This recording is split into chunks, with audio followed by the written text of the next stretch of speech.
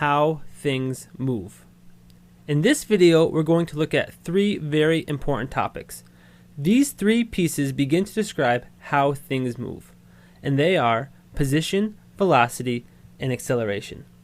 By the end of this video, in about 7 minutes, you'll be able to define position, velocity, and acceleration, and how they relate to one another. So, here we go. Position. Position in a physics equation is labeled x and has units, meters. All position is a location. It's where something is in the world. Its x marks the spot. Position is a location. Normally, when we talk about physics problems, it's really useful to talk about an initial position and a final position. The initial position, xi, is just the starting location, and the final position, xf, is the ending location.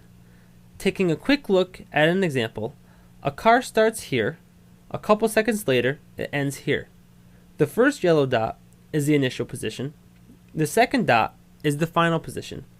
This change in position, going from one location to the other, is distance. Once again, the change in position is distance. And position is the foundation for the next piece we want to talk about, velocity.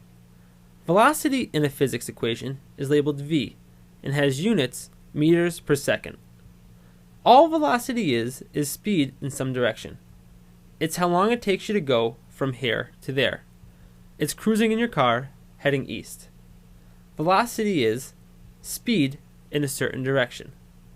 In general, problems from a first-year physics course ask questions that deal with three pieces of velocity. The first two are the initial velocity and the final velocity. Vi is the initial velocity, and Vf is the final velocity. The third piece that we want to talk about is average velocity. Average velocity is the average speed something has when traveling in some direction. Average velocity equals the change in position divided by time. This equation is something that every physics student needs to memorize. Just commit it to memory. So, initial velocity, final velocity, and average velocity. One more velocity tidbit that's important is the velocity sign. Using this picture of a Mexican sidewalk, we'll throw up an x and y axes.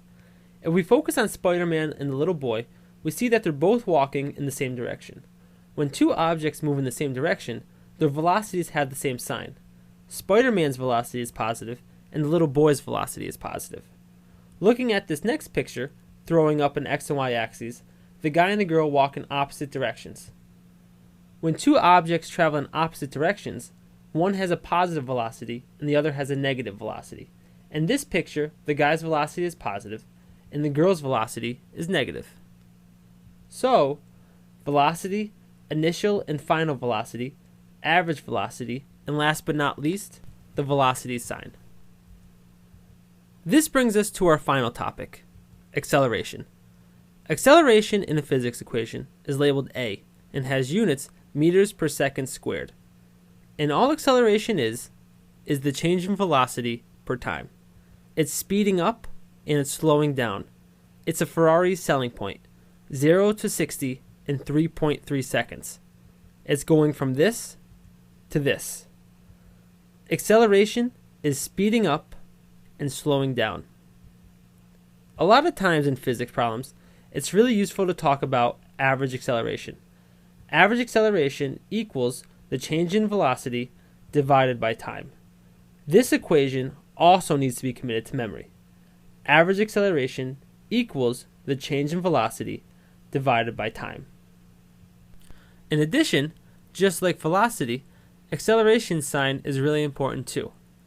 If we have two objects accelerating in opposite directions, one will have a positive acceleration and the other will have a negative acceleration.